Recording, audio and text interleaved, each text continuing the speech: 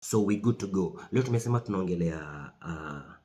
tunaongelea ndoto, hatari za ndoto. Hatari za ndoto. Nataka naonyeshe hatari za ndoto. Like sometimes unaweza kuonaota kitu fulani, God is trying to show you something, anajaribu kukuonyesha, lakini kwa sababu wewe hauna maarifa ama tu unaamka you think ilikuwa dream tu, kumbe ni imepangwa kuzimu. Na kuna ndoto zingine waga zimekuwa packaged. Unaona? Zimewekwa ni kama ni mzuri, lakini kiuhalisia ni ndoto mbaya. Lakini sababu wewe uko rohoni unadhani ile ndoto ni mzuri, unadhani ulikuwa unakula ni ndoto mzuri, unadhani ulikuwa umevaa, mwenye amesema amevaa rinda leusi ni ndoto mzuri, ama unadhani unaokota vitu fulani fulani, kumbe unaokota vitu vya kuzimu, ama unadhani umepata mtoto unajifungua, kumbe unatumika kuzalisha vitu vya kuzimu. Right?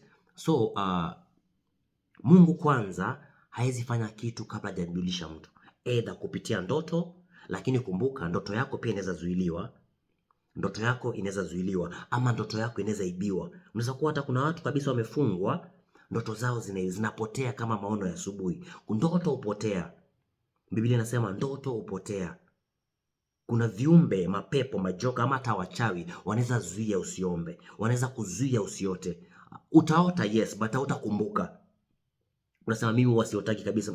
Hakuna mtu anaishi bila kuota. Lazima, kwa kuwa Biblia inasema katika kitabu cha Amos, Amosi chapter 3 verse 7 inasema, hakika Bwana Mwenyezi Mungu hafanyi kitu bila kuwafunulia watumishi wake, manabii wake.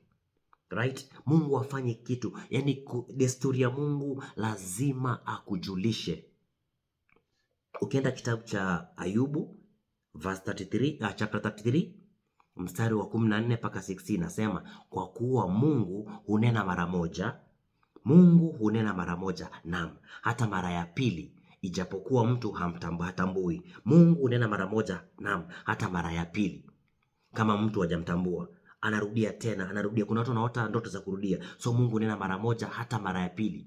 Katika ndoto, katika maono ya usiku, usingizi mzito iwajapo watu, katika usingizi kitandani, ndipo huyafunua masikio ya watu na kuyatia muhuri wa mafundisho yake. Hiyo ni kitabu cha Ayubu 33 verse 14 to 16. Imeandikwa, Ayubu anasema Mungu hunena mara moja hata mara ya pili. He speaks mara moja hata mara ya pili. Kama hujaelewa, Mungu anakuletea. Ndio maana kuna ndoto fulani zinajirudia, unachopata unajirudia. Itakuja kama hivi, alafu itakuja kama design nyingine. Tukiangalia ndoto za Yusufu, ukisoma kitabu cha Mwanzo 37 verse 5, hii ndoto ya kwanza. Yusufu aliona miganda, right? Aliona miganda ngapi? Miganda 7, lakini zile miganda zingine zilikuwa miganda 11 zimemuinamia, lakini mganda wake umesimama. Hiyo ndoto ya kwanza. Akawaelezea ndugu zake. Akaja akaota ndoto ya pili, akaona jua, akaona mwezi, akaona na nyota ngapi? Na nyota 11, zote nini? Zimemuinamia. Ndo babake akamtafsiria, akamwambia, je, wewe tutakuja kukusujudia? Unaona, hiyo ni ndoto. Ndo maana Ayubu anasema Mungu hunena mara moja, naam, hata mara ya pili. Right?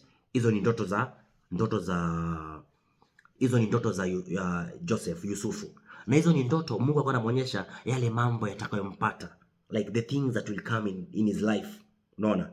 Muota ndoto huwa afi.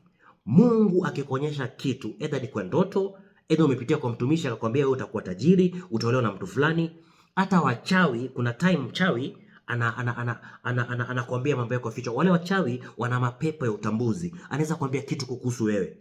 Unaona? Sasa ni wewe, jukumu lako sasa uvae mamlaka,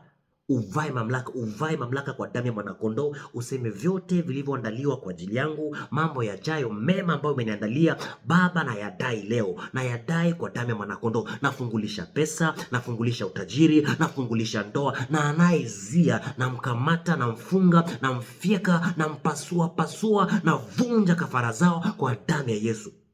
It's upon you. Upigane vita vilivyo vizuri. Mwendo nimeumaliza. Paulo anasema mwendo ameumaliza, amepigana vita vilivyo vizuri. Kuna vita. kwa jinsi ya damu na nyama nilishindana na hayawani wa Efeso. Huyu ni Paulo anasema alishindana na hayawani wa Efeso. Kuna mali unapigana nao jinsi ya damu na nyama, lakini vita zetu zilikuja zikabadilika. Alikuwa anatoa mfano tu akieleza watu zile shida amepitia, akasema kwa jinsi ya damu na nyama nilipigana na hayawani wa Efeso. So kuna mahayawani wamejipanga kwenye maisha yako, wanataka kula biashara, wanataka kula ndoa, lazima upigane nao. Lakini unapiganaje? Unapigana nao kwenye ulimwengu wa roho. Bado nataka nionyeshe sasa ndoto. Nataka tuingie ndani kwa ndoto. Ukisoma kitabu cha Joel chapter 2 verse 28, Mungu anasema hata ikawa baada ya hayo ya kwamba nitamimina roho yangu juu ya watu wenye mwili. Mungu anasema atamimina roho yake juu ya watu wenye mwili, okay? Na wana wenu na watoto wetu. Sisi ni wenye mwili na watoto wetu, of course. Waume kwa wake watatabiri, wazee wenu wataota ndoto na vijana wenu wataona maono. Unanipata? Mungu, yani kawaida ya Mungu lazima kuonyeshe. Ni kwenye ndoto lazima kuonyeshe. Ni Yoel 2:28. Unaona, ukisoma kitabu cha Mwanzo, nataka tuende mbio mbio ndio tukuje tufieke, tuvunje, tuharibu. Nataka nionyeshe ndoto. Kitabu cha Mwanzo chapter 20 verse 3. Hapa Abraham alikuwa ameenda mji unaitwa Gerari. Gerari kulikuwa na mfalme anaitwa Abimeleki. Sasa pale Abraham alipofika, kwa kuwa Sara, Biblia inasema Sara alikuwa mzuri wa sura, ule Abimeleki akamtamani, lakini Abraham akawadanganya. Sita aliwadanganya kweli. Sara alikuwa dadake lakini wa mbali. Akawadanganya, akamwambia ule si mke wake, ni dada yake. So huyu Abimeleki mfalme akataka kumchumbia Sara, akamchukua. Mungu akamtokea Abimeleki kwa ndoto. Akamwambia watakufa kwa kuwa amefanya kitu kiovu. Arudishe mke wa Abraham. Nanipata? Ndoto, alijua kwa ndoto ya kwamba kitu alichokishika ni kibaya. Kuna watu unajua kwa ndoto kabisa, unaota unafanyishwa tendo la ngono na mtu, kitu kiovu. Na Mungu ameacha uone ni ujue ni kitu kiovu. Mungu anataka uone mipango ambayo inafanyika kuzimu. Anataka kuona njia gani ambayo kiwalisia maisha yako ya vile unavyoota ndio inakueleza maisha yako kuvipi rohoni. Kuna wakati unaota unakimbizwa, unajua rohoni kuna vile I'm not okay. Kuna wakati unaona unapurusha usiku. Unadhani eti unapuruka maisha yako yamekuwa mazuri. Ni wachawi wanakurusha usiku, wamekutoa kwenye roho yako, wanakurusha usiku. Kuna wakati wengine unaota unafundishwa ndoa kwenye maji, kwenye bahari, kwenye mapango. Maisha yako vile unavyoota ndio maisha yako yalivyo. Mungu anakuonyesha pole pole. Kuna wakati Mungu atakuonyesha nini?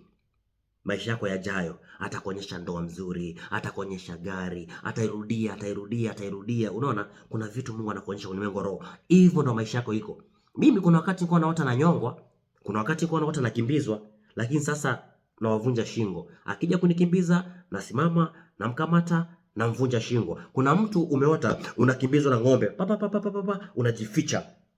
Ukijificha unasema, ukiamka, asante Mungu, yule ng'ombe atanipata. Alafu unalala tena. Unashangaa tena anakuja kwa umbo lingine. Akiwa rohoni anaanza kuja kwa umbo lingine, anakuja kama chura. Unashangaa leo chura anakuja ananiuma. Chura anakuuma, asubuhi unaamka una vidonda. Asubuhi unaamka una hasara imekupata. Umejulia kwenye ndoto.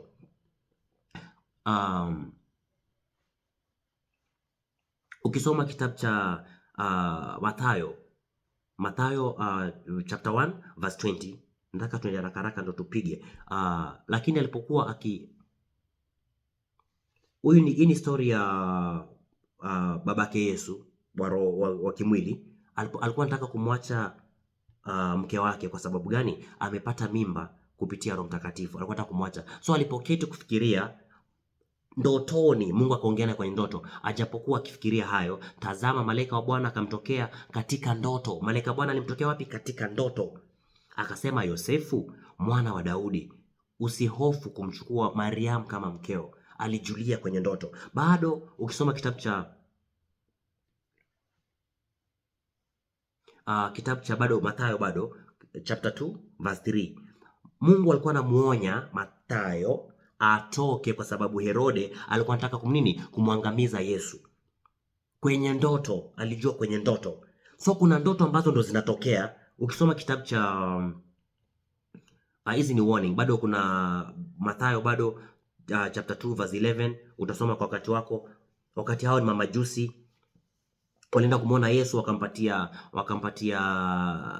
wakampatia manemane, dhahabu na mazawadi zingine. Herode aliwaambia endeni mkamwone mfalme aliyezaliwa. Kumbe Herode hakuwa kufanya nini?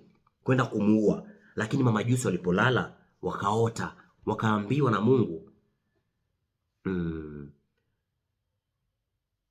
Mungu akawaonya ndotoni, katika ndoto wasirudi na ile barabara ambayo wamekuja nayo.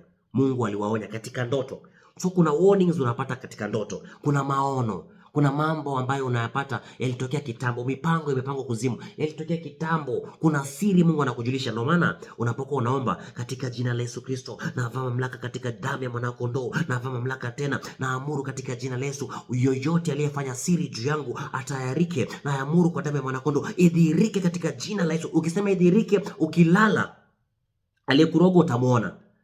Atakwambia nilikuwa nimekuroga. Ama kama ni babu ukoo, atakwambia mimi nilikuwa nimetoa kafara zangu nikapeleka familia kwenye ukoo ili watoto wangu wasikufe. Mimi nimeona mengi, nimeota nyanya, mababu wa kitambo, wazee ambao siwajui, wengine wana mwili mikubwa, wanakuja na sura tofauti tofauti, na wavua umbo, naona huyu ni babu, huyu ni nyanya, huyu ni mama, huyu ni mjomba. Wanaanza kuniambia siri zao.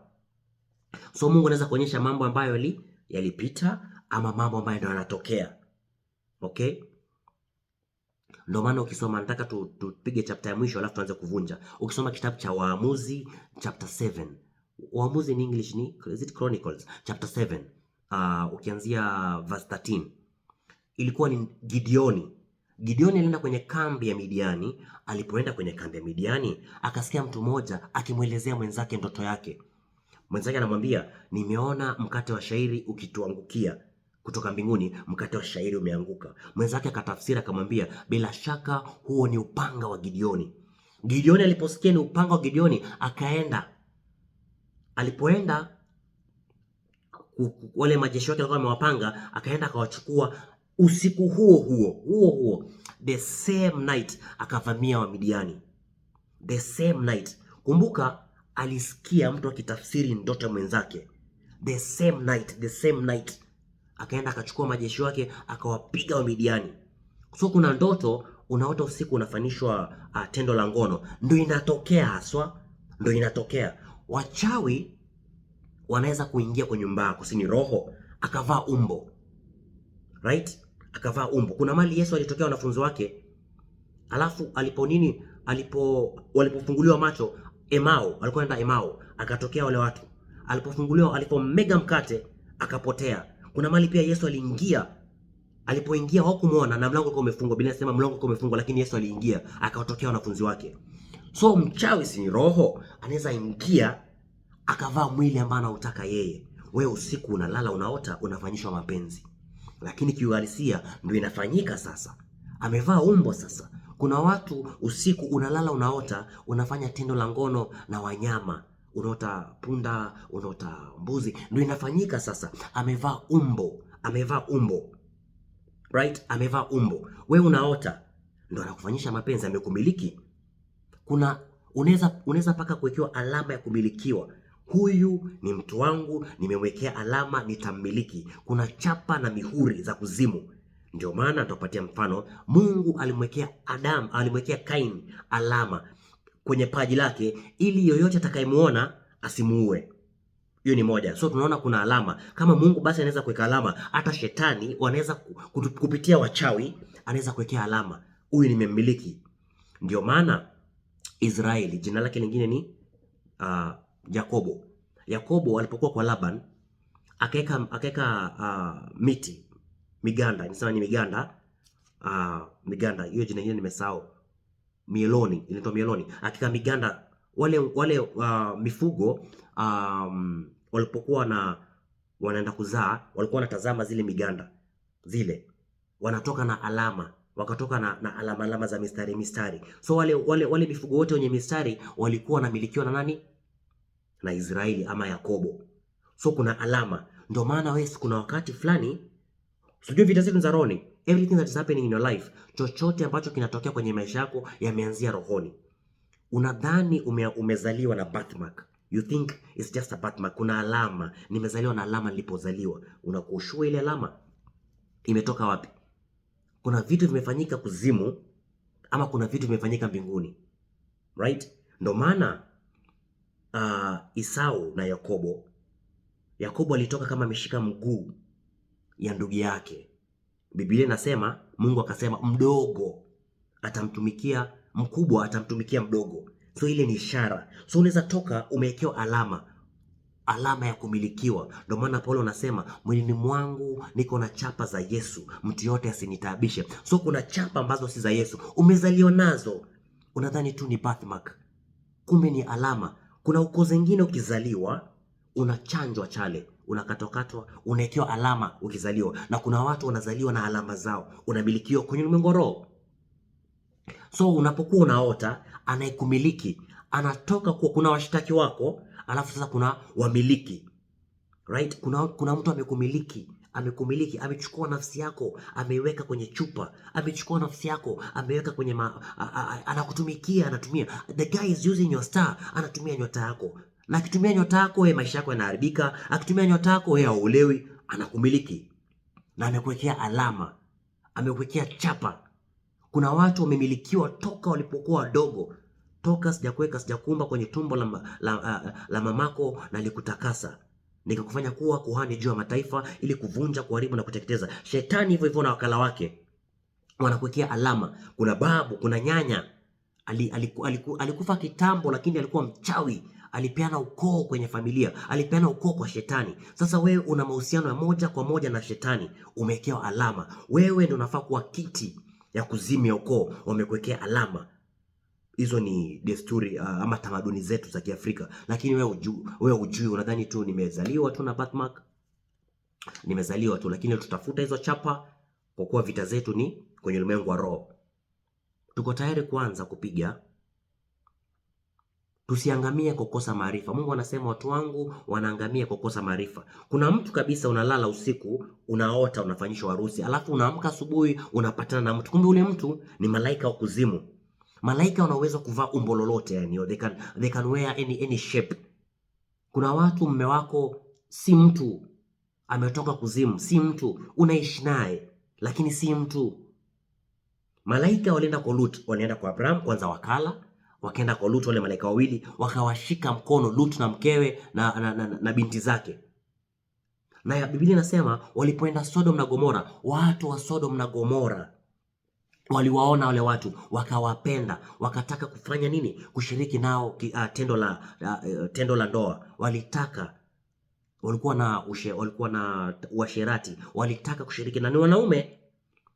Biblia inasema wale watu walipendeza sana. So unaweza kuwa unaona mtu amependeza, jiulize ni mtu. Ndio maana Biblia inasema zichunguzeni, zijaribuni kila roho, kwa kuwa si kila roho inatoka kwa Mungu. Unapata ni mtu unapatana naye kazini, ni mtu umepatana naye nyumbani, ni mtu mpaka unalala unamuota, unashangaa huyu mtu mbona anafanana nilimuota, kumbe ni roho imetoka kuzimu, right? Ni roho imetoka kuzimu, amevaa umbo, ni malaika wa kuzimu. Unamuita baby, kumbe baby si mtu. Anakutumikia, anatumia nyota yako, anakufunga biashara yako ikui, anakuacha na magonjwa, amekufunga. Unaishi lakini wewe umefungwa, unaishi lakini wewe haupo. Wanangojea utimilifu wakati wa kuvunje. Ndio maana Biblia inasema ulipowadia utimilifu wakati, Mungu alimleta mwanadamu, alidhihirishwa ili azivunje kazi za Ibilisi. Kuna utimilifu wakati ambao shetani pia ameandaa wewe uangamie, lakini unaonyesha kwenye ndoto. Sasa Mungu anakuonyesha, omba, vunja hizi vitu, hizi madhabahu ziharibu, kata hizi kamba, vunja. Biblia inasema amenizunguka kwa ukingo pande zote, ameziba njia zangu, amenifunga minyororo, right? Nilipolia na kuomba, alizuia maombi yangu, aliweka mawe yaliyochongwa na giza kwenye njia zangu. Huyu ni shetani, mchawi, mganga, amekufunga kwa minyororo. Unalala usiku unaota umefungwa, unalala usiku unaota vitu ambazo hazijui, na kuna wenye wamefungwa kabisa mpaka hawaoti. Nataka sasa tuanze kupigana. Kama mko tayari kupigana, sema tuko tayari, tuanze kupigana, tuanze kuvunja. Leo ni freestyle. Nataka tupige, tuharibu ndoto zote mbaya, ndoto zote ambazo zimeandalia, maono ya giza ambayo yameandalia, mipango yote ya kuzimu. Nataka tuisambaratishe, tuivunje, tuipasue, tuziangamize. Leo watakuachia huru. Kama nafsi yako imefungwa, ataachia. Kama mikono yako imefungwa, wataachia. Achia kwa jina la Yesu na uwezo wa Mungu aliye hai. Tuanze sasa kujitakasa. Sema najitakasa kwa damu ya mwanakondoo, najitakasa kwa damu ya Yesu, najitakasa kwa damu ya mwanakondoo. Anza kujitakasa sasa. Anza kujitakasa. Mungu Baba, Mungu Jehova, Mungu Roho Mtakatifu, Baba uishiye milele. Tunakuja mbele zako sana wakati huu Baba, tukijitakasa kwa damu ya mwanakondoo, tunajitakasa kwa damu ya Yesu, tunajitakasa kwa damu ya mwanakondoo. Anza kujitakasa. Unajitakasa ukiomba msamaha. Karibu Solomon, nimekuona. Sema najitakasa kwa damu ya mwanakondoo. Naomba msamaha kwa ile nimeyafanya kwa kujua na pasipo kujua. Anza kuomba msamaha. Ukiomba msamaha, anza sasa kuvaa silaha za Bwana za vita. Lakini kabla uvae silaha za Bwana za vita, unasema mimi ni mwana wa Mungu aliye hai, mimi ni masihi wa Bwana. Biblia inasema hakuna awezaye kumnyoshea mkono masihi wa Bwana. Ukisema wewe ni masihi wa Bwana, yoyote ambaye amekunyoshea mkono ataaibika na kutayarika. Yoyote ambaye amekufunga ataaibika na kutayarika. Unajitambulisha kwenye ulimwengu wa roho. Unasema mimi ni mtenda kazi pamoja na Kristo. Mimi ni masihi wa Bwana. Mimi ni mwana wa Mungu aliye hai. Umeomba msamaha, umejitambulisha. Nataka sasa tuingie kwenye anga ya vita. Tunaingia, vita zetu ni vita za rohoni. Tunaingia kwenye anga ya vita. Unaombaje sasa? Sema najitakasa kwa damu ya mwanakondoo. Naomba msamaha kwa yale nimeyafanya kwa kujua na pasipo kujua. Imeandikwa mimi ni mwana wa Mungu aliye hai. Imeandikwa mimi ni mtenda kazi pamoja na Kristo. Imeandikwa mimi ni masihi wa Bwana. Navaa silaha za Bwana za vita. Anza kuvaa silaha za Bwana za vita. Anza kuvaa silaha za Bwana za vita. Kwa damu ya Yesu, kwa damu ya mwanakondoo, anza kuvaa silaha za Bwana za vita. Anza kuvaa silaha za Bwana za vita. Nataka kwanza tunaanza tuwakamate, tuwafunge, alafu tuvunje ngome zao, tuteketeze ngome za adui, tuwakamate, tuwafyeke, tuwaponde, alafu tuanze kurudisha vitu zetu, tusambaratishe vyote vilivyoandaliwa kwenye ulimwengu wa roho. Viovu, anything bad that imeandaliwa kwenye ulimwengu roho haitakupata wewe kwa damu ya mwanakondoo. Anza sasa anza kuvaa silaha za Bwana za vita. Anza kuvaa silaha za Bwana za vita. Mungu Baba, Mungu Jehova, Mungu Roho Mtakatifu, Baba uishiye milele. Najitakasa kwa damu ya mwanakondoo, najitakasa kwa damu ya Yesu. Naomba msamaha kwa ile nimeyafanya kwa kujua na pasipo kujua. Imeandikwa mimi ni mwana wa Mungu aliye hai. Navaa silaha za Bwana za vita. Imeandikwa mimi ni masihi wa Bwana. Navaa silaha za Bwana za vita. Anza kuvaa silaha za Bwana za vita.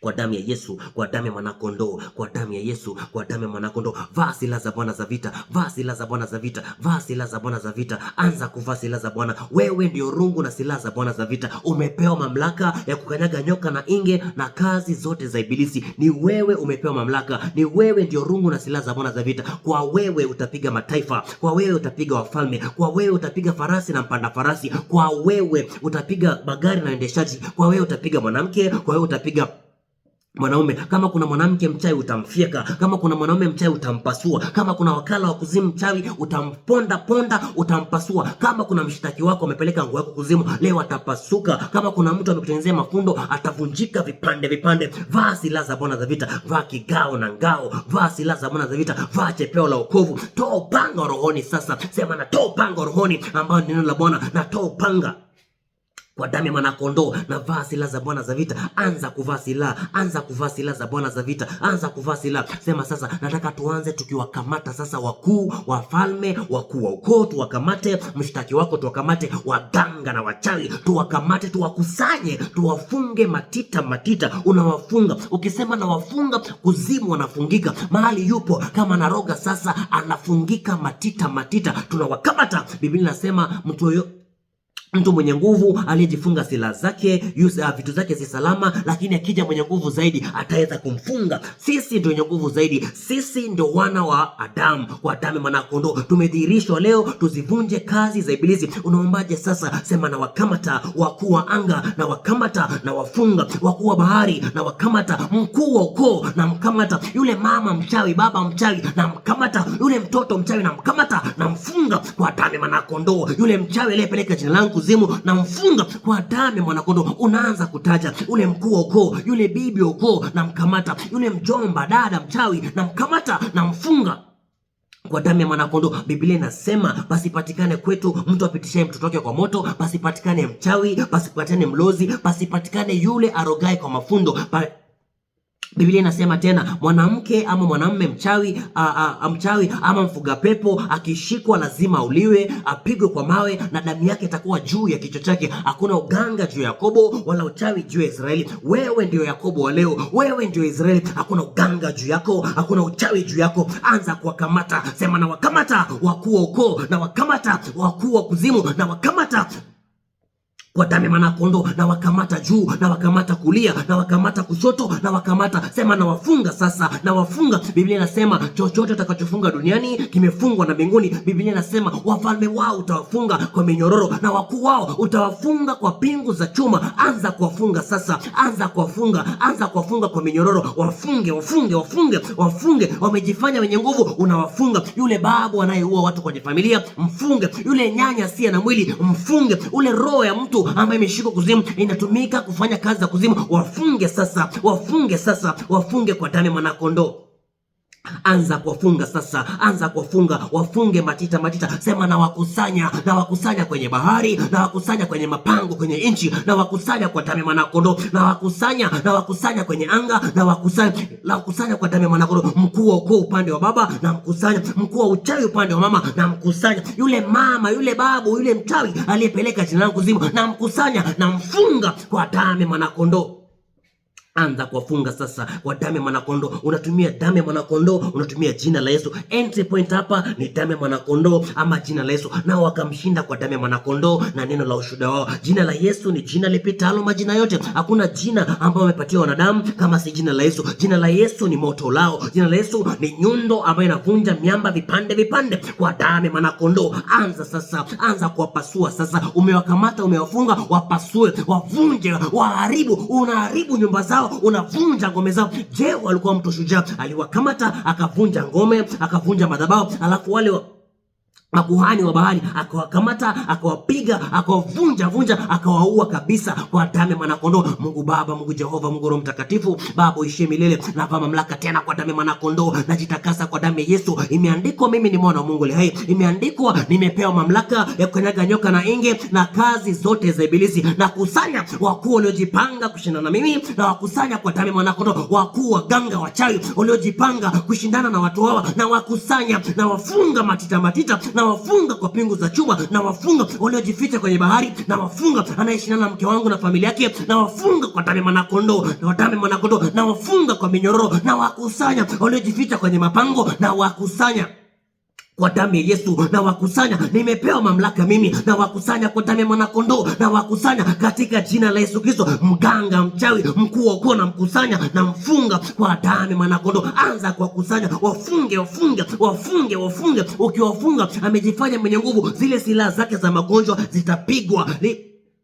Silaha za ufukara zitapigwa, silaha za kuinda watu kwenye familia zitapigwa kwa damu ya mwanakondoo. Anza kuwapiga sasa, anza kuwapasua. Umewakusanya waganga wote, aliyepeleka jina lako kuzimu umemkusanya, aliyepeleka picha kuzimu umemkusanya. Anza kumfyeka, anza kumfyeka, anza kumpasua, anza kumponda ponda. Biblia inasema wewe ni chombo kipya kikali chenye meno. Yani wewe ni chombo kipya tena kikali chenye meno. Itavunja milima, utafikisha vilima, nazo zitakuwa kama makapi. Yani vilima za kiganga, vilima za magonjwa utazitafuna, zitakuwa kama makapi. Biblia inasema umepatiwa pembe za chuma, na ndivyo maisha yako yalivyo. Biblia inasema umepatiwa kwato za shaba, utapiga mataifa mengi. Anza kuwafyeka sasa, sema na wafyeka, na wapasua, na wavunja vipande vipande, na wasaga saga. Ewe mchawi uliyepeleka jina langu, ewe mchawi unanimiliki na kuona kwenye ndoto, na kufyeka na kupasua pasua. Anayekuja kwa umbo la paka, na kufyeka na kupasua pasua. Anayekuja kunifunga usiku, na kukamata. Ewe spiritual spouse, nimekushika, nimekufunga, na kufyeka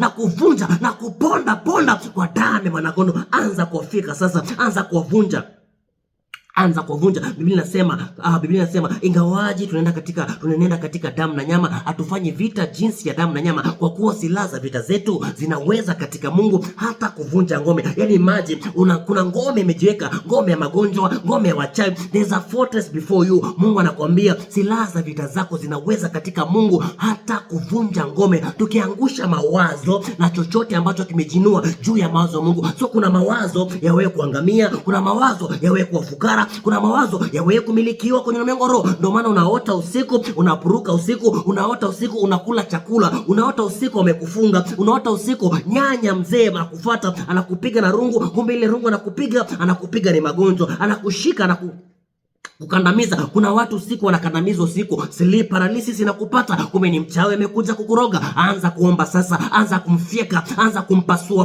Kuna mtu amekuwekea alama, anza kumfyeka, alafu zile alama tutazifuta baadaye, lakini kwa sasa unawaponda kwa damu ya mwanakondoo, unawafyeka kwa damu ya mwanakondoo. Umepewa mamlaka ya kukanyaga nyoka na inge. Mungu Baba, Mungu Jehova, Mungu Roho Mtakatifu, navaa mamlaka sasa kwa damu ya mwanakondoo. Navaa mamlaka au wachawi waliokusanywa kwenye bahari, wachawi waliokusanya, waganga na waganguzi, wakuu wa ukoo, na wakamata na wafunga tena kwa damu ya mwanakondoo. Yule mshtaki aliyefunga mafundo na mkamata, yule spiritual spouse aliyekuja kufungisha ndoa na mkamata, anayewinda maisha yake na mkamata, mfanyabiashara umili na roho za watu na mkamata, na mponda na mvunja kwa damu ya mwanakondoo. Imeandikwa, ashinda naye na Bwana atapondwa kutoka mbinguni. Bwana ataachilia radi, na achilia radi nikiwaponda kwa damu ya mwanakondoo, maana imeandikwa, aliye ndani yangu ni mkuu kuliko aliye ndani yake, kwa damu ya mwanakondoo. Na mponda na mfyeka na mkanyaga na vunja silaha zake na mpasua na mgeuza, anakuwa kama kinyesi kwenye uso ya nchi kwa damu ya mwanakondoo. Anza kumpiga sasa, anza kumfyeka, anza kumvunja, anza kumponda, anza adui ya maisha yako, ponda kwa damu ya mwanakondoo.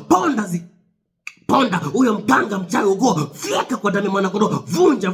Ukivunja ule mchawi moja, ukivunja mchawi moja, kuzimu wanashangaa, mwenzetu ameenda amepigwa kwa damu ya mwanakondoo. Kupigana kwetu sisi si juu ya damu na nyama, bali ni juu ya wafalme, ni juu ya mamlaka, ni juu ya wakuu wa giza na majeshi ya pepo wabaya kwenye ulimwengu wa roho. Tunapigana vita zetu wapi? Kwenye ulimwengu wa roho. Kumbuka, umebarikiwa wewe kwa baraka zote kwenye ulimwengu wa roho. Hapo ndio vita zetu ziko. Umemwona kwenye ndoto amekuja anakufanyisha mapenzi, umemwona kwenye ndoto amekuja amekufunga, umemwona babu wa kichawi, umemwona nyanya amekuja amevaa umbo, kwa damu ya mwanakondoo. Mpasue sasa, fyeka kwa damu ya mwanakondoo. Vunja, haribu kwa damu ya mwanakondoo. Sema na kupiga na kusambaratisha na kukanyaga. Si lazima utoe sauti. Ukisema mimi ni mwana wa Mungu aliye hai, unatoka kwenye ulimwengu wa damu na nyama. Ukitoka kwenye ulimwengu wa damu, wakati huo unageuka, shetani anakuona kama Yesu, unageuka anaona damu ya mwanakondoo. Sema na kukamata na kufunga na kupasua na kusaga, ewe mchawi uliyenifunga, na kupiga na kunja na kuveka na kukanyaga kwa damu ya mwanakondoo. Ukitaka waponde, ukitaka wavunje, yani wewe watende jinsi utakavyo kwa damu ya mwanakondoo. Ukitaka wapige visigino, ukitaka wasonge visigino, yani wewe watende kama utakavyo, wasage, waponde, wavunje kwa damu ya mwanakondoo. Na uwezo Yesu Elai, Mungu Baba, Mungu Jehova, Mungu Roho Mtakatifu, Baba uishie milele, na mamlaka tena kwa damu ya mwanakondoo. Waganga, wachawi, wakuu wa ukoo waliojificha kwenye anga, na kamata anga na wafunga. Waliojificha kwenye bahari, na kamata bahari na wafunga. Waliojificha kwenye nchi, na wakamata na wafunga. Imeandikwa, nimepewa mamlaka ya kukanyaga nyoka na inge na kazi zote za ibilisi, na wakamata anayekuja kuiba nyota, na mkamata aliyekuja kufunga watu hawa, na mkamata kwa damu ya mwanakondoo. Na mpasua na wapasua kwa damu ya mwanakondoo, na wasaga leo, na wageuza wanakuwa kama makapi, na wageuza wanakuwa kama matope ya baharini, na wafyeka na wavunja vipande, na wapasua leo, na wapasua mchawi aliyejipanga ili kuletea roho ya ufukara, na mkamata mganga aliyejipanga ili kushika watu hawa, na mkamata na mfyeka na mvunja na mkanyaga na mwangamiza. Ponda huyo, vunja kwa damu ya mwanakondoo. Vunja kwa damu ya Yesu, pasua kwa damu ya mwanakondoo. Amekuja kufanyisha mapenzi usiku, fyeka kwa damu ya mwanakondoo. Amekuja kukuinda usiku, pasua kwa damu ya mwanakondoo. Vunja kwa damu ya Yesu, vunja. Nataka sasa tuanze kuharibu madhabahu yao. Ukiharibu madhabahu, nataka tuvunje madhabahu, wakati huo tupige na kafara zao. Tunavunja madhabahu, tunapiga na kafara zao. Unaombaje sasa? Katika jina la Yesu Kristo na uwezo wa Mungu aliye hai, navaa mamlaka katika jina la Yesu Kristo, navaa mamlaka kwa damu ya mwanakondoo. Madhabahu yote iliyosimamishwa kwa ajili yangu, madhabahu yote ya kiganga, ya kichawi, madhabahu ya ukoo, madhabahu ya magonjwa, na vunja na teketeza na zipasua na kafara zote walizotoa na ziteketeza kwa damu ya mwanakondoo. Imeandikwa, Samueli aliachilia radi. Imeandikwa, Yoshua aliachilia mawe kwenye mengo roho kwa damu ya mwanakondoo. Anza kuachilia radi juu ya madhabahu, anza kufyeka kafara zao, anza kuzivunja, anza kuzipasua. Zipasue kwa damu ya mwanakondoo. Sema nazisaga saga, nazipasua madhabahu za magonjwa, madhabahu za kutolewa, madhabahu iliyonifuata mimi na mke wangu na familia yake, nazifyeka, nazisaga saga, na kafara zote ulizotoa naziangamiza leo, nazivunja vunja, nazisaga kwa damu ya mwanakondoo. Anza kuomba sasa, anza kuvunja kafara zao, anza kuharibu madhabahu. Haribu kwa damu ya mwanakondoo madhabahu za ukoo. Vunja, vunja, vunja hizo madhabahu. Vunja kwa damu ya mwanakondoo. Kwa damu ya Yesu, kwa damu ya mwanakondoo. Na usiogope, jeshi linapojipanga kupigana nawe, moyo wako utaogopa. Wale wa Misri adui zenu hamtawaona tena. Roho ya Bwana juu yako, tena amekupaka mafuta ili vipofu wapate kuona kwao tena, waliofungwa wapate kuachiliwa, na walio kwenye magereza wapate kuachiliwa na kutangaza mwaka wa Bwana uliokubalika. Anza kuwapasua. Roho ya Bwana juu yako, amemimina roho yake juu yako kwa damu ya mwanakondoo. Amekupaka mafuta mabichi. Nikamwona Daudi mtumishi wa Mungu, nimempaka mafuta mabichi, kwa na waovu hawatamwonea, nitawaponda mbele zake. Umepakwa mafuta mabichi. Anza kupasua, anza kupasua kafara zao, anza kufyeka mikataba yao, anza kuvunja sasa. Vunja kafara zao, vunja madhabahu kwa damu ya mwanakondoo. Mungu Baba, Mungu Jehova, Mungu Roho Mtakatifu, Baba uishie milele. Nava mamlaka tena kwa damu ya mwanakondoo, nava mamlaka kwa damu ya Yesu, nava mamlaka tena. Madhabahu yote iliyotengenezwa juu yangu na yafyeka na yavunja vipande vipande. Madhabahu yote iliyotengenezwa juu ya mke wangu na familia yake na ipasua leo, na isaga saga, na kafara zote zilizotolewa leo, zilizotolewa ama zile ambazo zinapangwa kutolewa, na zikamata, na zifeka, na zivunja vunja. Madhabahu yote iliyotengenezwa juu ya watu hawa, madhabahu wasiolewe, madhabahu ya ufukara, na kafara zote zilizotolewa na mababu wa kitambo, na zikusanya, na ziangamiza, na zifeka, na zivunja vunja vipande vipande, na zisaga saga, zinakuwa kama makapi. Madhabahu ya magonjwa, madhabahu wasiolewe, madhabahu ya kichai kwa damu ya mwanakondoo. Na mamlaka imeandikwa, nao akamshinda kwa damu ya mwanakondoo na neno la ushuhuda wao, nami nawashinda kwa damu ya mwanakondoo. Ile madhabahu na isaga, na ifyeka, na ivunja vipande vipande kwa damu ya mwanakondoo na uwezo wa Yesu aliye hai. Anza kuvunja madhabahu, vunja na kafara kwa damu ya Yesu. Vunja madhabahu, vunja na kafara, vunja madhabahu, vunja na kafara, in Jesus name. Kwa damu ya mwanakondoo, kwa damu ya Yesu, kwa damu ya mwanakondoo. Pasua, pasua, vunja, vunja, vunja hiyo madhabahu. Dakika 2 nataka tuvunje madhabahu zote za kitambo, madhabahu za sasa na madhabahu zile zijazo. Kafara za sasa na kafara zilizotolewa ama zile unazopanga kutoa. Biblia inasema tunaangusha paka mawazo, tunateka nyara fikra. Unateka nyara fikra zao za kujenga madhabahu, unazifyeka kwa damu ya mwanakondoo. Watu wanapanga, ukibomoa leo ajenge kesho. Leo tunamtangulia, tunapiga madhabahu yake.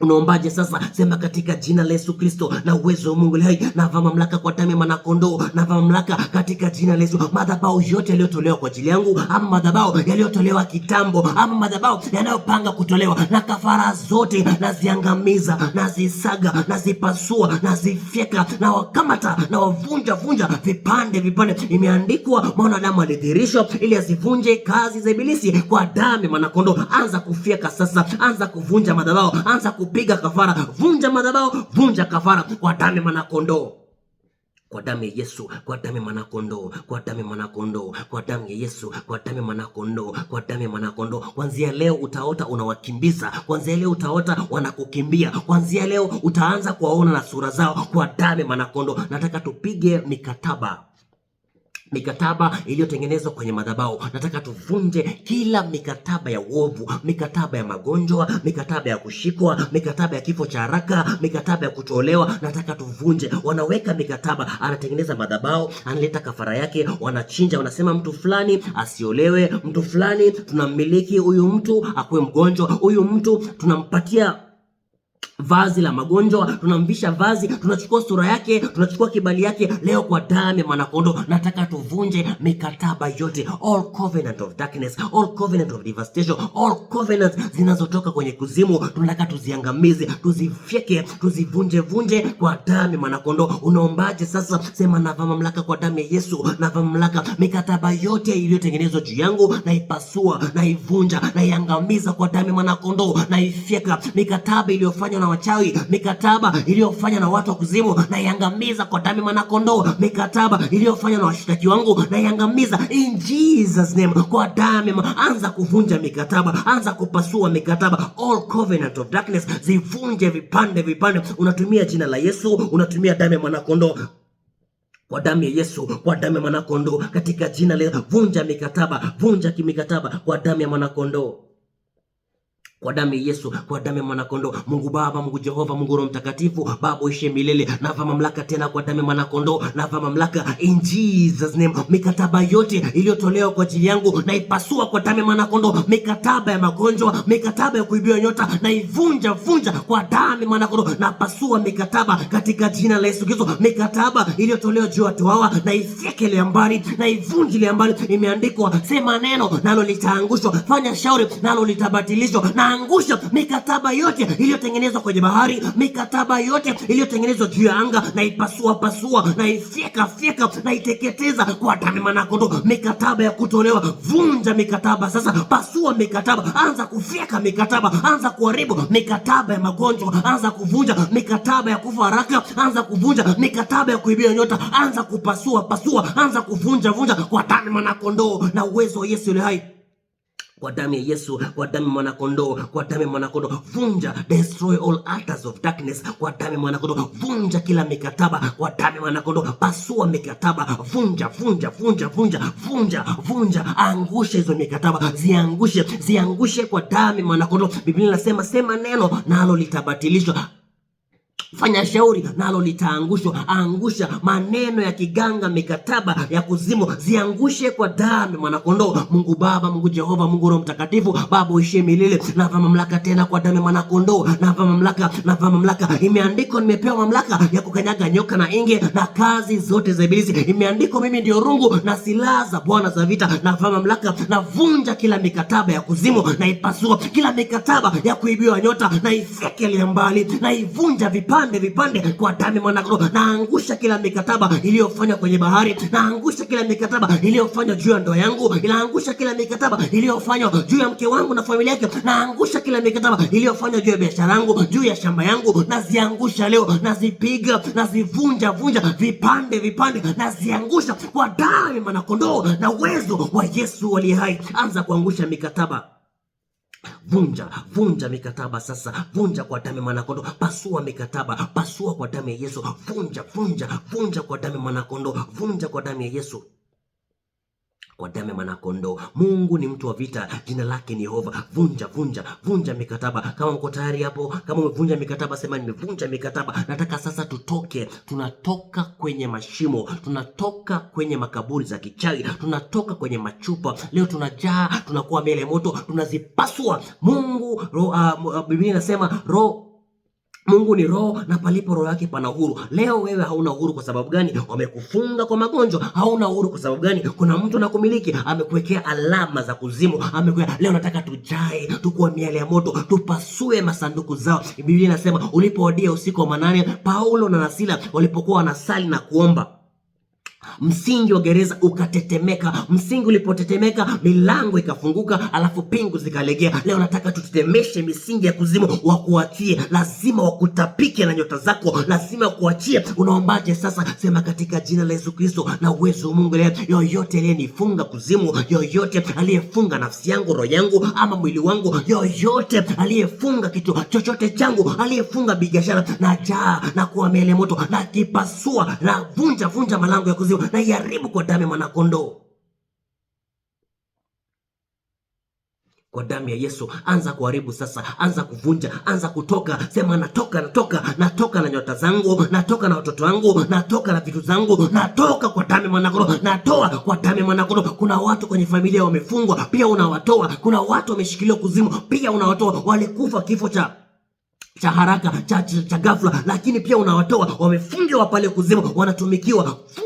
Toka sasa. Sema, natoka, napiga na izia, na mpasua kwa damu ya mwanakondoo, na mfyekele mbali, na vunja milango yao, na ipasua kwa damu ya mwanakondoo. Imeandikwa, Nimepewa mamlaka ya kukanyaga nyoka na inge na kazi zote za ibilisi. Unavunja sasa, unatoka kwenye masanduku ya giza, unatoka kwenye vifungo. Sema natoka, natoka, natoka na nyota zangu, natoka na watoto wangu, natoka na silaha zangu, natoka na baraka zangu, natoka, natoka, natoka katika jina la Yesu Kristo. Ile chupa iliyoniweka najaa na kuwa miale moto. Kuna watu wamefungiwa kwenye machoo, kuna watu wamewekwa kwenye chupa, kuna watu wamefungiwa kwenye bahari, kuna watu wanaota usiku wako kwenye mapango, kuna watu wanaota wako kwenye kuzimu kwenye bahari, kuna watu wanaota wanafungishwa ndoa, kuna watu wanaota wanalishwa chakula. Umefungwa bwana, anza kutoka sasa, anza kuwapiga wapasue. Anasema natoka, natoka, natoka na nyota zangu, natoka, natoka, natoka nafsi yangu, natoka, natoka na moyo wangu, natoka na mikono yangu, natoka kwa damu ya mwanakondoo. Kuna watu hujafungwa mwili, lakini miguu imefungwa kuzimu, inatumika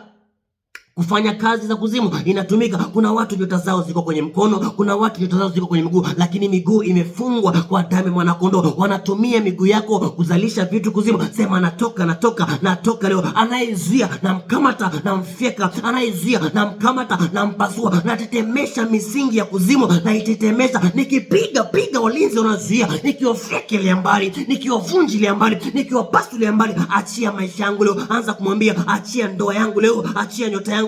Natoka, natoka niachie, natoka niachie. Ewe babu uliyenifunga, natoka niachie. Ewe mchawi uliyefunga biashara, natoka na biashara yangu na kupasua na kufyeka na kuvunja kwa damu ya mwanakondoo, kwa damu ya Yesu, kwa damu ya mwanakondoo. Watu hawa ni watu waliofungwa na kushikwa, watu hawa ni watu ibiwa na kutekwa, wamenaswa kwenye magereza, wamewekwa kwenye mashimo, hakuna, wamekuwa mawindo, hakuna okoaye wala hakuna itaye. Leo tunatoka. Sisi si watu kuwekwa kwenye mawindo, sisi si watu kufungwa bwana, sisi si watu kataa. Sema natoka, natoka, natoka, natoka. Achia maisha yangu leo, achia ndoa yangu, achia kazi yangu, achia anayezuia na kukamata na kufyeka. Ewe babu mganga na kukamata, ewe mzee na kukamata na kufyeka kwa damu ya mwanakondoo. Kwa wajeuri unakuwa mjeuri, kwa wakaidi unageuka unakuwa mkaidi kwa damu ya mwanakondoo. Sema na kufyeka na kupasua na kuvunja vipande kwa damu ya mwanakondoo. Achia nyota leo, natoka na nyota yangu. Achia biashara leo, natoka na biashara yangu. Achia mke wangu na familia yake leo, tunatoka wote, tunatoka kwa damu ya mwanakondoo. Achia ndoa, natoka na ndoa yangu. Achia kazi, natoka na kazi yangu.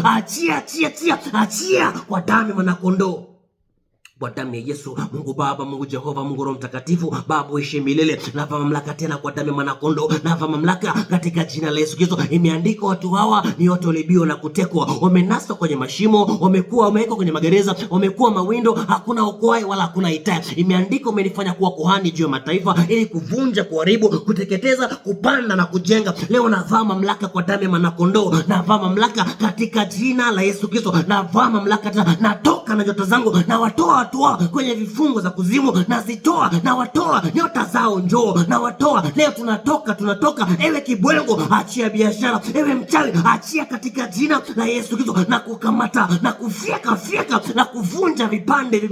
Achia nyota zao, achia kazi zao, achia biashara na kupasua leo na kuvunja vipande leo. Natoka. Achia. Inukeni enyi malango ya milele, mfalme wa utukufu apate kuingia. Kuambia hivyo, inukeni enyi malango ya milele, mfalme wa utukufu apate kuingia. Kuna malango ya magonjwa zimekaa pale milele, kuna malango ya ufukara zimekaa pale milele. Leo zinainuka, leo mfalme wa utukufu apate kuingia. Leo unatoka, unaingia na nyota zako, unaingia na biashara zako. Anza kumwambia inukeni enyi malango ya milele, mfalme wa utukufu apate kuingia. Inukeni. Mmekaa sana pale, mmenifunga miaka mingi, mmenifunga mkanitia alama, lakini leo inukeni enyi malango ya magonjwa, inukeni enyi malango ya milele, inukeni enyi malango za kuzimu, mfalme wa utukufu apate kuingia. Vunja sasa, pasua. Sema natoka. Achia nyota leo, achia biashara, achia kazi na kufyeka na izio na kupasua malango ya magonjwa. Vunjika malango ya milele. Inuka enyi malango ya milele, mfalme wa utukufu apate kuingia. Kwa damu ya Yesu, kwa damu ya mwanakondoo, kwa damu ya mwanakondoo. Leo ataachia biashara, mwamuru aachie. Leo ataachia ndoa, mwamuru aachie. Ataachia nafsi yako, mwamuru aachie kwa damu ya mwanakondoo. Amekunyofoa kwenye mwili wako, ameiba nyota, amekunyofoa, ameiba nafsi. Au unashangaa maisha yako hayako vizuri, unashangaa una magonjwa, unashangaa una alama, unashangaa umezaliwa na udhaifu. Wewe si mdhaifu, wewe ndio Masihi wa Bwana kwa damu ya mwanako. Leo utukufu wa Bwana lazima utadhihirika. Mungu Baba, Mungu Jehova, Mungu Roho Mtakatifu, Baba uishi milele na mamlaka tena kwa damu ya mwanako. Yoyote mchawi, yoyote mganga aliyeshika watu hawa, aliye na mwili ama asiye na mwili, amewashika kwenye mashimo, amewaweka kwenye madhabahu ya giza, na mkamata. Aliyejificha kwenye mapango, na mkamata. Aliyejificha kwenye bahari, na mkamata. Anayejificha kwenye anga, na mkamata. Yoyote aliyeshika biashara yao, yoyote aliyeshika kazi yao, yoyote aliyeshika chochote ambacho Baba umewaandalia, amekishika kuzimu, ameiba nyota, amekishika kuzimu, ameiba biashara, leo namkamata, nampasua leo, namvunja, namkanyaga. Imeandikwa, nimepatiwa koto za shaba, nitapiga mataifa mengi. Imeandikwa, nimepatiwa pembe za chuma, nitapiga mataifa mengi. Leo na wakamata waibaji wa nyota, na wakamata na wafike mbali, na wavunji mbali. Achia nyota zao leo, achia biashara, achia kwa damu ya mwanako. Leo wanatoka na nyota zao, wanatoka na biashara zao. Inukeni enyi malango ya magonjwa, inukeni enyi malango ya kuzuia biashara, inukeni enyi wafanyabiashara wa kuzimu, inukeni wafalme wa utukufu wapate kuingia katika jina la Yesu Kristo na uwezo wa Yesu aliye hai. Kwa damu ya mwanakondoo, kwa damu ya Yesu, kwa damu ya mwanakondoo. Nataka sasa tuvunje ndoa zote za kishetani. Kuna watu umefungishwa ndoa, unalala usiku unaota unafanyishwa harusi, unalala usiku unaota nyota zako zimeenda, unalala usiku unaamka uko na vidonda, unashangaa unajikunakuna, kumbe hizo ni alama. Unalala usiku umechanjwa chali. Kuna watu wanaamka wamechanjwa kabisa, kuna watu wanaamka wana vipele, kuna watu wanaamka wako na machunusi. Leo kwa damu ya mwanakondoo nataka tuvunje ndoa za kishetani, ndoa zote za giza zivunje.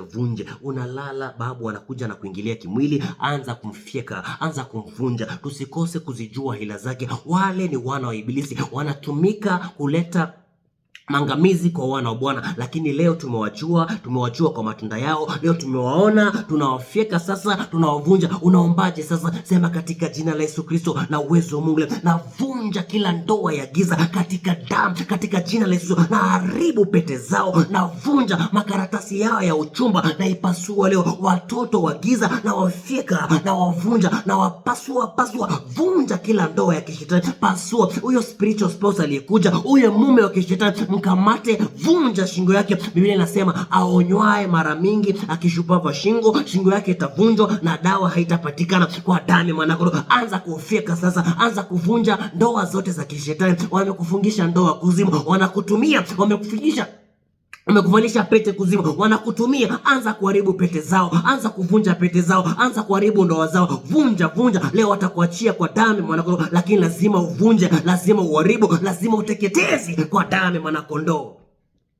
Kwa damu ya Yesu, kwa damu ya mwanakondoo, vunja in Jesus name. Pasua kwa damu ya mwanakondoo, kwa damu ya mwanakondoo. Mungu Baba, Mungu Jehova, Mungu Roho Mtakatifu, Baba uishi milele. Nava mamlaka tena kwa damu ya mwanakondoo, nava mamlaka katika jina la Yesu Kristo. Na haribu kila ndoa ya kishetani iliyofungishwa watu hawa, na ifekele mbali, na ivunja pete zao za chumba, na zikanyaga watoto waliozaliwa kuzimu, na wafyeka, na wavunja. Achia maisha yao, ewe babu ulimfungisha ndoa, na kukamata. Ewe mchawi mganga, na kukamata. Ewe shehe, na kukamata, na kupasua. Fyeka huyo, vunja kwa damu ya mwana. Vunja ndoa za kishetani, haribu kwa damu ya mwanakondoo na uwezo wa Yesu aliye hai. Haribu sasa, vunja kwa damu ya mwanakondoo. Yule babu aliyekufunga, pasua. Anakuja kwa umbo la paka, pasua. Anayekuja kwa umbo la chura, pasua. Anayekuja kufanya mapenzi na wewe usiku, pasua kwa damu ya mwanakondoo. Anayekuja kufanyisha tendo la ndoa usiku, pasua kwa damu ya mwanakondoo. Sema imeandikwa, nimepewa mamlaka ya kukanyaga nyoka na inge na kazi zote za ibilisi, na kukamata, na kufyekelea mbali, na kuvunjilia mbali, na kukanyaga na kuharibu. Ewe babu mchawi, na kufyeka uliyekuja kunifungisha ndoa, na kupasua na kufyeka.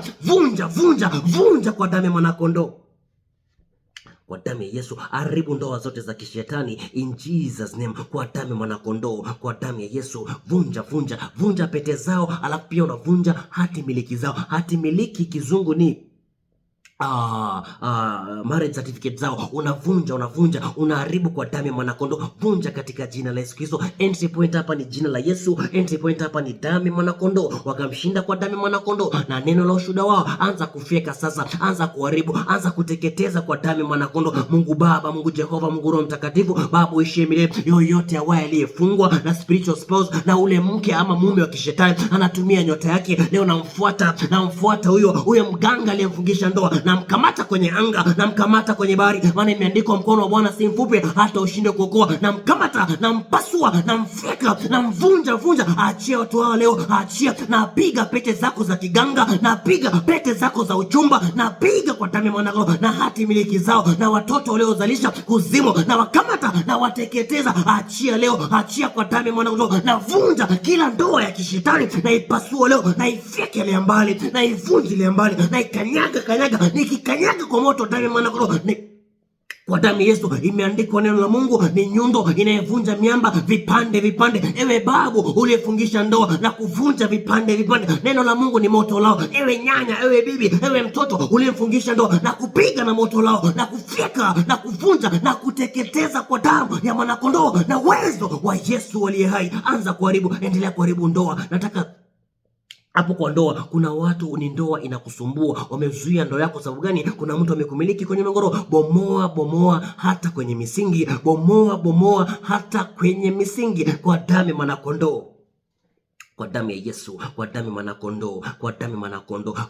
Vunja, haribu kwa damu ya mwanakondoo. Lakini sasa nataka tudai vitu zetu. Sasa nataka tudai leo. Anga imejua mwana wa Mungu anaomba leo. Anga imejua mwana wa Mungu amechacharuka. Mwana wa Mungu amejijua kwamba yeye ni mwana wa Mungu, amebarikiwa kwa baraka zote kwenye ulimwengu. Leo lazima nyota zirudi, lazima baraka zako. Biblia inasema umebarikiwa wewe kwa baraka zote kwenye ulimwengu. Lakini ile siri ya uasi kwa sasa inatenda kazi, lakini ipo jambo inazuia mpaka wakati itakapoondolewa. Imagine kuna jambo inazuia baraka yako mpaka wakati itakapoondolewa. Unaombaje sasa? Kwa damu ya mwanakondoo unasema, vyote Mungu ambazo Baba umeandaa kwa ajili yangu na ziamuru zidhirike na zidai kwa damu ya mwanakondoo. Ile ndoto niliyoota Baba, nimekuwa tajiri, leo naidai ndoto yangu kwa damu ya mwanakondoo. Unaanza kuifuata ndoto yako, unaanza kuifuata sasa, unaanza kuifuata ile ndoto uliyoota, umeinuliwa juu, unaanza kuifuata sasa.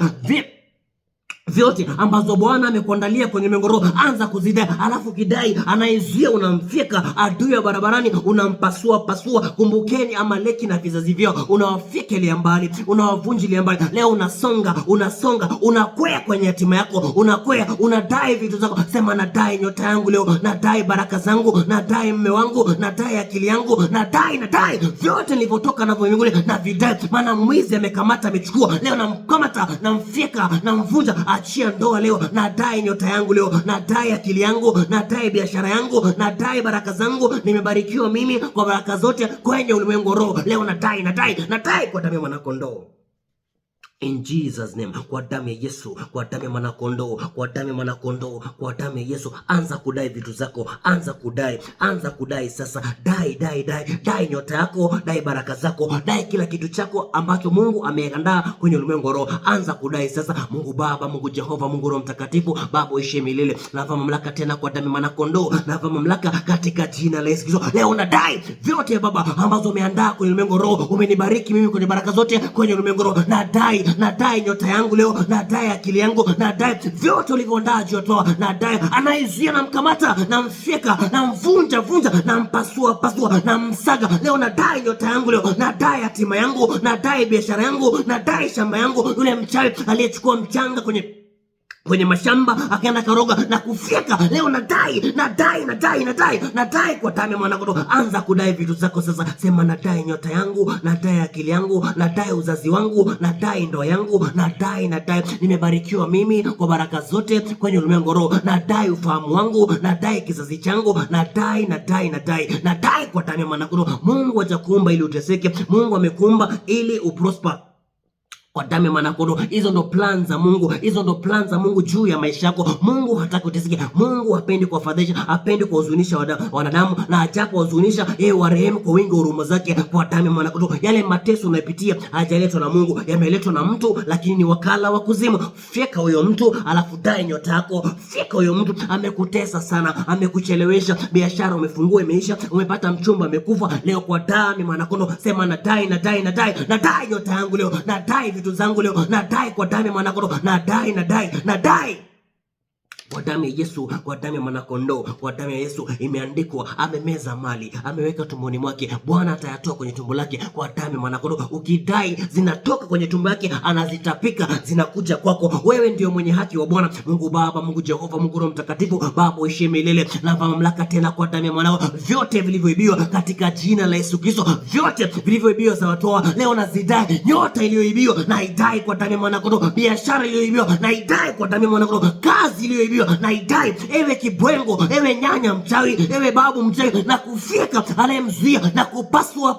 kwa damu ya mwanakondoo. Imeandikwa, umemeza mali, atayatapika tena, Bwana atayatoa kutoka kwenye tumbo lake. Leo nalipasua ile tumbo la kuzimu, nalifyeke ile mbali, nazivunji ile mbali. Achia biashara yao leo, achia kazi lao leo, nadai nyota zao nazidai kwa damu ya mwanakondoo. Leo kila mmoja atarudishiwa biashara yake, leo kila mmoja atarudishiwa akili yake, atarudishiwa ufahamu kwa damu ya mwanakondoo. Anayezuia na kufyeke ile mbali, na kuvunji ile mbali, na kukanyaga na kupiga na kufyeka kwa damu ya mwanakondoo. Anza kudai vitu zako sasa kwa damu ya Yesu, kwa damu ya mwanakondoo, kwa damu ya Yesu, kwa damu ya mwanakondoo, katika jina la Yesu Kristo na uwezo wa Mungu. Anza kudai sasa. Ushatoka kwenye mashimo, lakini umesahau kutoka na vitu zako. Leo umetoka, unadai vitu zako sasa, unadai vitu zako. Nataka sasa tufanye nini?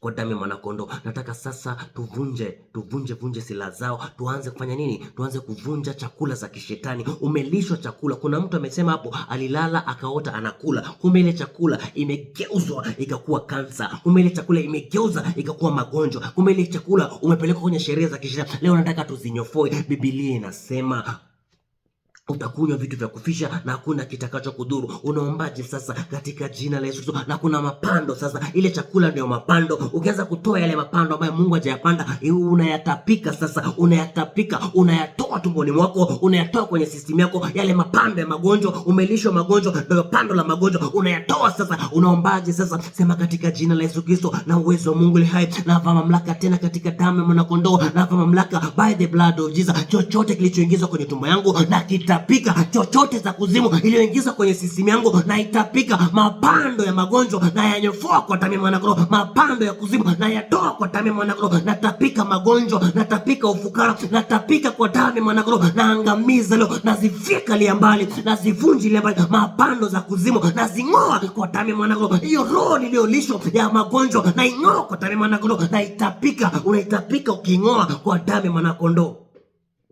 kwa damu ya mwanakondoo, kwa damu ya Yesu, kwa damu ya mwanakondoo. Uzao wako wamefunga uzazi wako, anza kutapika magonjwa, anza kutapika vitu ambazo zimeingizwa kwenye mengoro, vitu ambazo zimeingizwa ndani yako. Kuna watu unalala usiku, unaota unalishwa kitu, kumbe ukienda kufanyiwa skani unaonekana uko na manywele kwenye tumbo. Kuna watu wamelishwa vitu, kumbe ni machupa. Kwa damu ya mwanakondoo, anza kuzing'oa sasa mapando za magonjwa, mapando za ufukara, mapando za kosa pesa, mapando ya vifo ya haraka. Anza kuzitapika.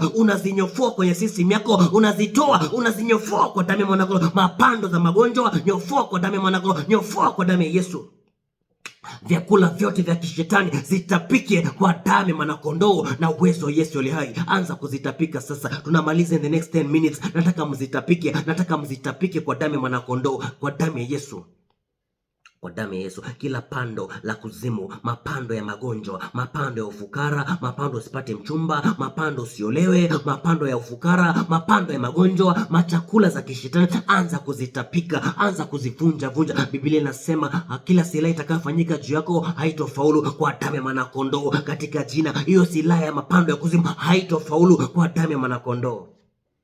Mungu Baba, Mungu Jehova, Mungu Roho Mtakatifu, Baba uishi milele, na kwa mamlaka tena kwa damu ya mwanakondoo. Kila pando ambalo hujalipanda ndani ya watu hawa, hayo mapando amelisha chakula usiku, kumbe ni magonjwa. Leo natapika, naitoa kwenye tumbo yake, naitoa kwenye system yake, naitoa kwenye DNA yake, naitoa kwa damu ya mwanakondoo. Hilo pando la magonjwa nalinyofoa, hilo pando la kansa nalinyofoa, hilo pando asipate mchumba nalitoa kwa damu ya mwanakondoo. Chakula za kishetani nayo anatapika leo, anazitoa kwenye system yake, anazitoa kwenye ubongo wake, anazitoa kwenye akili yake. Napiga leo, napiga ule aliyekuja kumlisha, nampasua kwa damu ya mwanakondoo, namfikilia mbali, namvunjilia mbali. Umeaibika leo, umetayarika kwa damu ya mwanakondoo na kuweka kwenye njia ya utelezi. Ewe mganga mchawi uliyemlisha mambo za kuzimu, na kukamata na kufikilia mbali na kuvunjilia mbali. Na vaa kigao na ngao leo kwa damu ya mwanakondoo, adui wa maisha yake, na kuvunja na kupasua, nikinyofoa kila pando la kuzimu, nikinyofoa kila pando la magonjwa, nikinyofoa kila pando la magonjwa la kushindwa, na alitoa kwa damu ya mwanakondoo. Maana imeandikwa, shoka liko tayari kukata mapando ambayo Baba hayana matunda. Leo hayo mapando aliyopandwa kutoka kuzimu na yakata, maana hayana matunda kwa damu ya mwanakondoo, hayazai matunda mema. Leo na yakausha mapando ya magonjwa, na yakausha chakula za kishetani. Leo anatapika na zikausha kwa damu ya mwanakondoo, na zivunja kwa damu ya mwanakondoo. Na achilia radi kwenye mengo roho, na achilia moto damu ya mwanakondoo, na achilia radi, nikipiga mapando za magonjwa, nikipiga mapando za kushindwa, nikiziteketeza leo, nikizivula. Achia watu hao leo, achia nyota yao. Mapando umevunjika, mapando ya magonjwa umepasuka vipande, mwekaji mapando na kukamata na kufikilia mbali na kuvunjilia mbali. Anayefanya biashara za kuinda roho za watu, na kukamata kwenye migoro na kufika na kuvunja, pasuka vipande na mapando zako za magonjwa, pasuka kwa damu ya mwanakondoo. Imeandikwa, mabaya hayatapata watu hawa, wala tauni haitakaribia hemani mwao. Leo kwa damu ya mwanakondoo, auwae kwa upanga atakufa kwa upanga, na kukamata ule aleta mapando ya magonjwa na kulisha hayo mapando kwa damu ya mwanakondoo, na kukamata ule mlisha mapando ya kutolewa na kunywesha hayo mapando kwa damu ya mwanakondoo. Maana imeandikwa, auwae kwa upanga atakufa kwa upanga, kila chimbaye shimo hataingia ndani. Leo kwa damu ya mwanakondoo, mabaya hayatawapata watu hawa, wala tauni haitakaribia hemani mwao. Lakini kwako wewe mchawi, lakini kwako wewe mganga uliye na mwili ama usiye na mwili, na kufunga na kupasua mapando yote, na kurudishia wewe mara 7 zaidi kwa damu ya mwanakondoo na uwezo wa Yesu aliye hai. Kwa damu ya Yesu, kwa damu ya mwanakondoo, kwa damu ya mwanakondoo, kwa damu ya Yesu. In Jesus name. Kwa damu ya mwanakondoo, kwa damu ya Yesu. Nataka tujenge madhabahu, tuko karibu kumaliza in the next 13 minutes. Nataka tujenge madhabahu, alafu tuanze kuweka ulinzi wa damu ya mwanakondoo. Tujenge madhabahu, tuweke ulinzi wa damu ya mwanakondoo kwa damu ya Yesu. Back to the sender in Jesus name. Kwa damu ya mwanakondoo. Unaikaje ulinzi sasa? Unajengaje madhabahu? Sema, imeandikwa, mimi ndio mwamba ambaye kala Bwana limejengwa, na malango ya kuzimu haitanifikia. Kwa damu ya mwanakondoo najenga madhabahu ya chuma, najenga madhabahu ya damu ya mwanakondoo. Madhabahu kwenye biashara yangu, madhabahu kwenye maisha yangu, madhabahu kwenye maisha ya mtoto wangu, kwenye maisha ya mke wangu na familia yake. Najenga madhabahu kwa damu ya mwanakondoo. Anza kujenga madhabahu sasa. Anza kujenga madhabahu ya ushindi, madhabahu ya baraka kwa damu ya mwanakondoo. Ukirudisha vyote ambazo ameleta ndani mwili wako, ukivirudisha kwao kwa damu ya mwanakondoo. Anza kujenga madhabahu sasa. In Jesus name. Kwa damu ya mwanakondoo, kwa damu ya Yesu, kwa damu ya mwanakondoo. Chakula za kishetani vunjika. Jenga madhabahu sasa. Sema, najenga madhabahu kwa damu ya Yesu. Najenga madhabahu in Jesus name. Kwa damu ya mwanakondoo. Nataka tujenge madhabahu, alafu tuweke ulinzi wa damu ya mwanakondoo. Malaika wa Mungu hufanya matuo kwa wale wamchao. In Jesus name. Unaanza kuitisha malaika analinda maisha yako. Unaitisha malaika analinda mtoto wako. Unaitisha malaika analinda nafsi yako. Unaitisha malaika anakulinda wewe usiku na mchana. Akulindaye halali, akulindaye asinzie. Mkuu wa Israeli hatawacha mguu wako usongeze. Imeandikwa, anakulinda uingiapo, anakulinda utokapo. Kwa damu ya mwanakondoo. Jenga madhabahu sasa. Kwa damu ya Yesu, kwa damu ya mwanakondoo, kwa damu ya Yesu, kwa damu ya mwanakondoo. Mungu Baba, Mungu Jehova, Mungu Roho Mtakatifu, Baba uishi milele. Navaa mamlaka tena kwa damu ya mwanakondoo. Navaa mamlaka kwa damu ya mwanakondoo. Najenga madhabahu imara juu ya watu hawa. Najenga madhabahu na ngome imara kwa damu ya mwanakondoo. Najenga biashara yao, najenga ndoa yao, najenga kazi zao. Naeka ulinzi wa damu ya mwanakondoo. Anza kuomba hivyo sasa. Naeka ulinzi wa damu ya Yesu. Najenga maisha yangu, najenga mtoto wangu, najenga kazi yangu kwa damu ya mwanakondoo. Naeka ulinzi wa damu ya mwanakondoo. Anza kujenga sasa, anza kujenga ukiweka ulinzi wa damu ya mwanakondoo. Anza kujenga ukiweka ulinzi in Jesus name, kwa damu ya Yesu, kwa damu ya mwanakondoo. Jenga ukiweka ulinzi, jenga ukiweka ulinzi in Jesus name, kwa damu ya Yesu, kwa damu ya mwanakondoo, kwa damu ya mwanakondoo, kwa damu ya Yesu in Jesus name. Mungu Baba, Mungu Jehova, Mungu Roho Mtakatifu, Baba uishi milele, nava mamlaka tena kwa damu ya mwanakondoo, nava mamlaka kwa damu ya mwanakondoo. Watu hawa Jehova umewaita kwa jina lako, kwa damu ya mwanakondoo. Najenga madhabahu imara, najenga kwa damu ya mwanakondoo. Wamejijenga, biashara zao imejengwa kwa ngome imara, naeka ulinzi wa damu ya mwanakondoo. Imeandikwa, walifurahi walipona timazi kwa mkono wa Zerubabeli, na zile taa 7 ambazo ndio macho yako ambayo zunguka kote kukutazama wale wakujao kwa damu ya mwanakondoo. Leo najenga ukuta imara kwenye maisha yao, najenga kwenye ndoa yao, najenga madhabahu ya chuma, najenga madhabahu ya damu ya mwanakondoo. Atakayegusa na amuru avunjike vipande vipande, atakayegusa na amuru avunjike kwa damu ya mwanakondoo. Maana imeandikwa, watenda mabaya na watesi wake walipokaribia kumla nyama walijikwaa. Leo na amuru wachawi wajikwae kwa damu ya mwanakondoo. Lakini watu hawa wamejengwa katika jina la Yesu Kristo. Hawa ndio mwamba ambaye kala Bwana limejengwa, na milango ya kuzimu haitawafikia. Enyi malango ya magonjwa na wafika, enyi malango ya kuzimu na wapasua, na eka ukingo wa moto, na eka ukuta wa damu ya mwanakondoo. Hakuna atakayemgusa, hakuna atakayegusa biashara yake, hakuna atakayegusa watoto wake, hakuna atakayegusa chochote ambacho Baba anakifanya kwa damu ya mwanakondoo. Maana imeandikwa, yule alilindaye halali, yule alilindaye hasinzie. Mkuu wa Israeli hataacha mguu wangu usongezwe. Leo nawajenga biashara zao, najenga ndoa yao, najenga watoto wao kwa damu ya mwanakondoo na uwezo wa Yesu aliye hai. Endelea kujenga sasa, endelea kujenga ukiweka ulinzi wa damu ya mwanakondoo. Unajenga unaweka ulinzi in Jesus name, kwa damu ya mwanakondoo, kwa damu ya mwanakondoo, kwa damu ya Yesu. Lakini sasa nataka tufanye sheria. Kuna sheria nataka tufanye, sheria ya kwamba mtu yoyote akitokea apeleke jina lako ama la mtoto wako ama chochote ambacho kinakuhusu wewe, edha ni nguo anataka kupiga mafundo, edha ni jina, edha ni vazi, edha ni kazi yako ama biashara, akipeleka kuzimu, hapo apasuke vipande kwa damu ya mwanakondoo. Unaweka sheria na unaweka muhuri wa damu ya mwanakondoo. Unaombaje sasa? Sema, navaa mamlaka kwa damu ya Yesu, navaa mamlaka kwa damu ya mwanakondoo, navaa mamlaka. Imeandikwa, mimi ni mwana wa Mungu aliye hai, yoyote awaye atakayepeleka jina langu kuzimu ama chochote ambacho kinanihusu mimi, naamuru kwa damu ya mwanakondoo. Naweka Baba, naweka sheria, naweka muhuri wa damu ya Yesu, apasuke vipande, achanike vipande, ageuke, akuwe kama kinyesi kwenye sura ya inji, aibike, atayarike, apondeke, vunjike, asagike, aharibike, apasuke, asionekane tena kwa damu ya mwanakondoo. Anza sasa kuweka sheria, naweka sheria kwenye ulimwengu wa roho kwa damu ya mwanakondoo. Yoyote atakayepeleka jina langu kuzimu, yoyote atakayepeleka chochote ambacho kinanihusu mimi, avunjike vipande, apasuke vipande kwa damu ya mwanakondoo, kwa damu ya Yesu, kwa damu. Nawapatia dakika 2 hapo, tunamaliza in the next 2 minutes. Nataka sasa uweke sheria sasa, uweke sheria. Anza kuweka sheria sasa, anza kuweka sheria kwenye ulimwengu wa roho.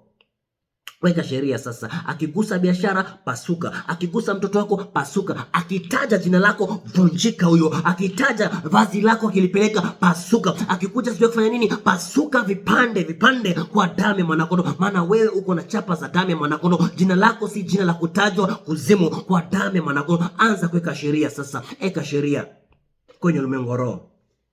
Mungu Baba, Mungu Jehova, Mungu Roho Mtakatifu, Baba uishe milele. Navaa mamlaka tena kwa damu ya mwanakondoo. Navaa mamlaka, yoyote awai, mchawi, mganga, aliye na mwili ama asiye na mwili, yule mshtaki wangu ama mshtaki wa watu hawa ama mshtaki wa mke wangu na familia yake, akipeleka jina, akipeleka nguo ama chochote ambacho kinanihusu mimi ama chochote ambacho kinahusu watu hawa ama chochote ambacho kinahusu mke wangu na familia yake, naamuru apasuke vipande, naamuru avunjike vipande. Akipeleka vazi, apasuke, akipeleka nguo, apasuke, akipeleka chochote kuzimu, aangamie, atayarike na kuaibika kwa damu ya mwanakondoo. Namfadhisha huyo mchawi mshtaki, na mkamata. Akipeleka jina, apasuke vipande, akiandika jina kwenye madhabahu ya giza, atayarike na kuaibika kwa damu ya mwanakondoo. Leo kwa damu ya mwanakondoo namfadhisha, namponda, namvunja, naweka sheria, nikiweka msalaba wa damu ya mwanakondoo, naweka sheria, nikiweka Baba ishara ya damu ya mwanakondoo. Akipeleka jina, avunjike avunjike vipande vipande, akipeleka vazi apasuke pasuke, akipeleka jina tena aangamie kwa damu ya mwanakondoo na uwezo wa Yesu. Leo unaweka sheria hivyo, alafu unaweka na muhuri wa damu ya mwanakondoo. Akipeleka jina lako kuzimu avunjike, ule ndio mshtaki wa maisha yako, apasuke vipande vipande kwa damu ya Yesu, kwa damu ya mwanakondoo. In Jesus name, kwa damu ya Yesu, kwa damu ya mwanakondoo, kwa damu ya Yesu, kwa damu ya mwanakondoo, kwa damu ya mwanakondoo, kwa damu ya mwanakondoo, kwa damu ya Yesu. In Jesus name, kwa damu ya mwanakondoo, kwa damu ya mwanakondoo, kwa damu ya Yesu. Mungu Baba, Mungu Jehova, Mungu Roho Mtakatifu, Baba uishi milele. Imeandikwa Mungu ni roho, na palipo roho wake Baba pana uhuru. Kwa damu ya mwanakondoo watu hawa wamekusanyika kwa jina lako. Imeandikwa watu wako waliokuuliwa chagua toka asili wakikusanyika kwa jina lako Jehova, kutoka mbinguni Baba utawasikia, na Baba utawasamehe na dhambi zao na kwa safisha na udhalimu wao kwa damu ya mwanakondoo. Imeandikwa utarudisha afya Baba, majeraha yetu Baba utayaponya kwa damu ya mwanakondoo. Na hapa mamlaka kwa damu ya Yesu, na hapa mamlaka kwa damu ya mwanakondoo. Kama kuna madhabahu imesalia, madhabahu yote ya kiganga juu ya watu hawa, na ikamata na ifyeka kwa damu ya mwanakondoo. Kama kuna mchawi ameponea upanga, leo namkamata na mfyeka kwa damu ya mwanakondoo. Kama kuna mikataba imeponea kuvunjwa, na ikamata na ivunja vipande vipande. Kama kuna yeyote ambaye Baba anapeleka jina, ambaye Baba alipeleka jina ama anakusudia kupeleka jina ama anakusudia kupeleka chochote ambacho Baba kinahusu watu hawa ama kinanihusu mimi na mke wangu na familia yake, na mkamata na mfyeka, na amuru atahayarike, na amuru avunjike, ashinda naye na Bwana atapondo pondo. Imeandikwa Bwana atamponda ponda, Bwana atachilia radi kutoka mbinguni, na achilia radi akishika jina langu apasuke vipande vipande, akishika jina la mke wangu na familia yake apasuke vipande vipande, akitaja jina ya watu hawa asagike sagike, akuwe kama makapi, avunjike, atayarike na kuaibika. Imeandikwa adui atakuja kwa njia moja, naye atakimbia kwa njia saba. Akimbie njia saba, na mweka malaika wa moto amfyekele mbali, amvunjile mbali, apasuke vipande vipande, atayarike na kuaibika. Akishika vazi, akipeleka picha, akitaja jina kuzimu leo na maisha ambayo yanakuja leo na milele, kwa damu ya mwanako atayarike, aibike, avunjike, akuwe sio kitu tena, ageuke, akuwe kama kinyesi kwenye sura ya nchi. Leo tumedai vitu zetu zimerudi, tumeweka ulinzi wa damu ya mwanako. Waganga wametayarika, wachawi wametayarika. Leo tumetangaza uhuru juu ya maisha yangu, nimetangaza uhuru juu ya maisha watu wao. Leo wameachiliwa tena kwa damu ya mwanakondoo. Anayezuia pasuka vipande vipande kwa damu ya mwanakondoo na kukanyaga kanyaga. Ewe adui, imeandikwa pembe za Moabu zitavunjwa na mkono wake kuume utakatwa. Leo nakata pembe za waganga, nakata silaha za magonjwa na zifyeka, silaha za kuzimu na ziangamiza. Achia watu wao leo, achia achia. Ewe nyoka wa zamani na kutapisha biashara, ewe nyoka uliyemeza mali tapika mali, ewe nyoka uliyemeza ndoa tapika kwa damu ya mwanakondoo na kufyekelea mbali na kuvunjilia mbali ndoa za kishetani na zivunja vunja. Achia kwa damu ya mwanakondoo. Tumeomba haya kwa kuamini, amen. In Jesus name, kwa damu ya Yesu, kwa damu ya mwanakondoo. Endelea kuomba kama unaomba, endelea kuomba kama unaomba kwa damu